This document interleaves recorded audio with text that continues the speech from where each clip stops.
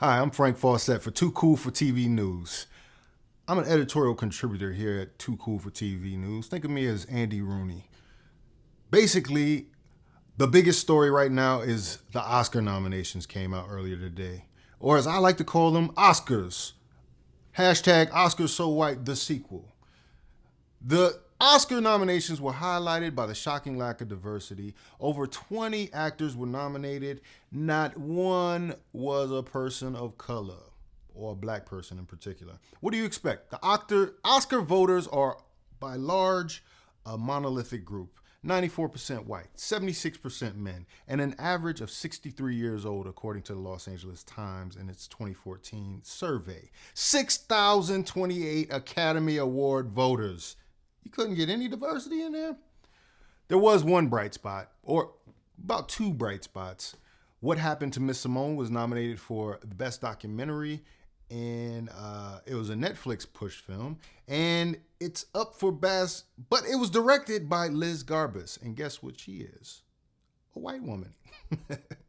The Straight Outta Compton script was the other nomination. It was written by a committee of white men. Like, you couldn't find one black man in Hollywood that kind of was familiar with this group called NWA. Dr. Dre, any of them people, Suge Knight, Snoop, Easy. Anyway, Chris Rock is going to be the host of the Oscars this year, and man, I feel sorry for him because all the jokes are going to be gone before it comes time for the ceremony after this nominations list. There were so many standouts this year, too, and it was a benchmark for Black Hollywood this year. Michael B. Jordan in Creed, Tessa Thompson, the whole cast of Straight Outta Compton, Ryan Coogler, Will Smith in Concussion, Idris Elba in Beasts of No Nation. You mean none of those were Oscar-worthy performances or directing? It makes no sense to me. But anyway, I think I really know the reason why there weren't any black people nominated for the Oscars this year. There wasn't any slave movies. There wasn't any black person getting whipped on the back at the hands of a white man. There was no Django Unchained. There was no nannies. There was no butlers. There was no driving Miss Daisy. There was no black people running down the street with buckets of chicken. As in Precious. There was no Help. There was no people putting doo-doo in pies like in the Help. But we did have one bright spot. We had John Boyega sweating through the whole Star Wars movie. Man, I hope they give him some force in the next one.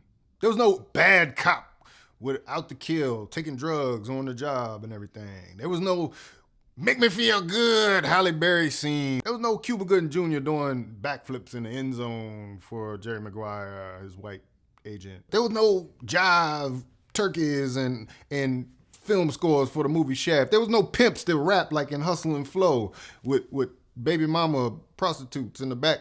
You understand what I'm saying? I'm getting here. There's a problem with black imaging in Hollywood in the first place. So we really need to ask ourselves, is it really worth putting ourselves out there in these images in the first place to get these awards? There were some great white films. I'm not taking anything away from them, but I think there's something to be asked for from black film in 2016. I do see the docket, though, and it looks like there's quite a few slave movies coming up. I'm Frank Fawcett for Too Cool for TV News.